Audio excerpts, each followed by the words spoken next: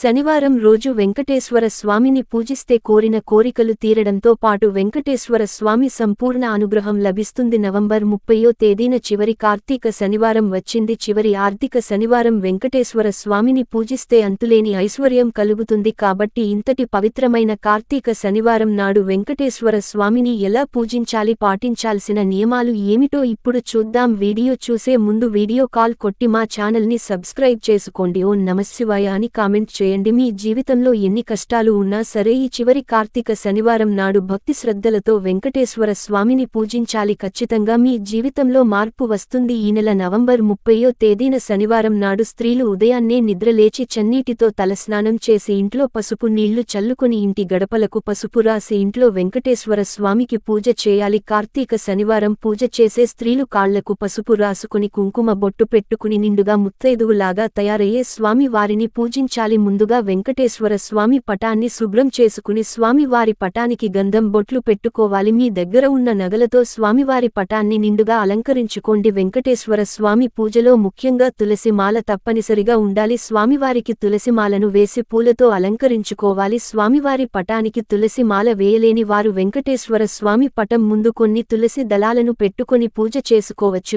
ఏడుకొండల వాడి పూజలలో పిండి దీపానికి విశిష్టమైన స్థానం ఉంది కాబట్టి వెంకటేశ్వర స్వామి పూజలో పిండి దీపాలు వెలిగిస్తే కోరిన కోరికలన్నీ నెరవేరుతాయి. ఈ పిండి దీపాలు ఎలా తయారు చేయాలంటే బియ్యం పిండితో కొన్ని పాలు పోసుకుని కొంచెం బెల్లం తురుము అలాగే కొంచెం ఆవు నెయ్యిని పోసి చపాతి ముద్దలాగా తయారు చేసుకుని ఆ పిండితో 3 ప్రమిదలు తయారు చేసుకోవాలి. ఈ 3 పిండి ప్రమిదలకు కుంకుమ బొట్టు పెట్టి వెంకటేశ్వర స్వామి పటం ముందు పెట్టి ఒక్కో దీపంలో 7 ఒత్తులు ఆవు నెయ్యితో కానీ నువ్వుల నూనెతో కానీ వెంకటేశ్వర స్వామికి దీపారాధన చేయాలి. ఇక పూజలో నైవేద్యంగా ఒక చిన్న బెల్లం ముక్కను సమర్పించిన సరే స్వామివారి అనుగ్రహం సంపూర్ణంగా లభిస్తుంది. ఓం గోవిందాయ నమః అనే మంత్రాన్ని చదువుతూ ఇంట్లో పూజ చేయండి. వెంకటేశ్వర స్వామికి అత్యంత ప్రీతికరమైన వాటిలో పచ్చ కర్పూరం ఒకటి కాబట్టి ఈ కార్తీక శనివారం ఇంట్లో పూజ చేసేటప్పుడు వెంకటేశ్వర స్వామికి పచ్చ కర్పూరంతో హారతి ఇస్తే మీ ఇంటికి అష్టైశ్వర్యాలు కలుగుతాయి. చివరగా 5 ప్రదక్షిణలు చేసి తలపై అక్షంతలు వేసుకుని స్వామివారికి నమస్కారం చేసుకోండి. అప్పుడు సమస్యలతో బాధపడేవారు ఈ కార్తీక శనివారం వెంకటేశ్వర స్వామికి పూజ చేసేటప్పుడు 21 యాలకులను ఒక దారానికి గుచ్చి ఒక యాలకులు మాల తయారు చేసి స్వామివారి పటానికి వేస్తే అప్పులు సమస్యలన్నీ తీరిపోతాయి. పూజ పూర్తయిన తర్వాత ఎలకల మాలను తీసి మీ బీరువాలో పెట్టుకోండి. అన్నిటికన్నా ముఖ్యంగా వెంకటేశ్వర స్వామికి సాంబ్రాణి ధూపం వెయ్యండి. కార్తీక శనివారం ఇలా చేస్తే మీ ఇంటి ధన ప్రవాహం పెరిగి జీవితాంతం అష్టైశ్వర్యాలతో జీవిస్తారు. చివరి ఆర్థిక శనివారం నాడు సాయంత్రం సమయంలో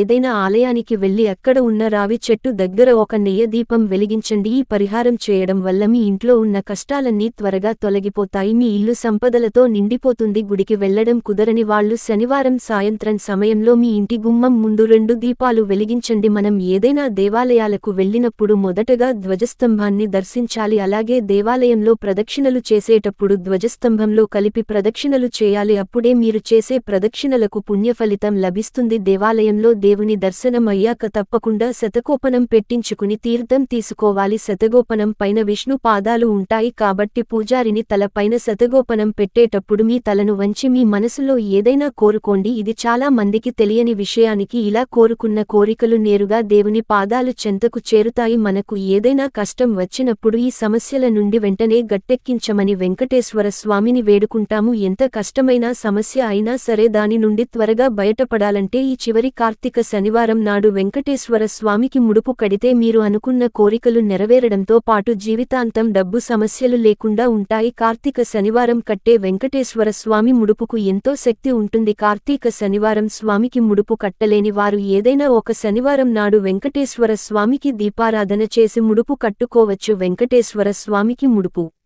కట్టాలంటే ముందుగా వినాయకునికి మీ మనసులో ఉన్న కోరికలను చెప్పుకొని వెంకటేశ్వర స్వామికి ముడుపు కడుతున్నాను అనే సంకల్పం చేసుకుని త్వరగా నెరవేరాలని గణపతికి చెప్పుకోవాలి. ఇలా మీ కోరికలను సంకల్పించుకున్న తర్వాత ఒక తెల్లని వస్త్రం తీసుకుని ఆ తెల్లటి వస్త్రాన్ని నీటిలో తడిపి పసుపు రాసి ఆరబెట్టండి. ఆ వస్త్రం పూర్తిగా ఆరిపోయిన తర్వాత ఆ వస్త్రానికి 4 వైపులా కుంకుమ పెట్టి అందులో 11 రూపాయలు వేసి స్వామివారికి ముడుపు కట్టాలి. ఇలా ముడుపు కట్టేటప్పుడు అసలు మీ సమస్య ఏమిటి, ఎందుకు ముడుపు కడుతున్నారు స్వామికి చెప్పుకుంటూ ముడుపులు వేసి ఆ ముడుపును స్వామి వారి పటం ముందు పెట్టాలి. మీ కోరిక తీరాక ముడుపుతో దర్శనానికి వస్తానని స్వామివారికి మాట ఇవ్వాలి. తర్వాత 108 గోవింద నామాలు చదవాలి. నీ కోరిక తీరిన తర్వాత ఆ ముడుపు తీసుకుని తిరుమల దర్శనానికి వెళ్లి ముడుపుతో పాటుగా కొద్దిగా వడ్డీ కూడా కలిపి స్వామివారి హుండీలో వేయాలి. అష్టమ శని దోషాలతో ఇబ్బంది పడేవారు ఈ శనివారం ఉదయం స్నానం చేసిన తర్వాత ఓం శనీశ్వరాయ నమః మంత్రాన్ని 108 సార్లు చదివితే మీకున్న శని దోషాలన్నీ తొలగిపోతాయి. రాబోయే రోజుల్లో సుఖ సంతోషాలతో జీవిస్తారు. అలాగే శనివారం నాడు నల్ల కుక్కకు ఆహారం పెడితే నీ జాతకంలో ఉన్న రాహుకేతు దోషాలు అన్నీ తొలగిపోతాయి.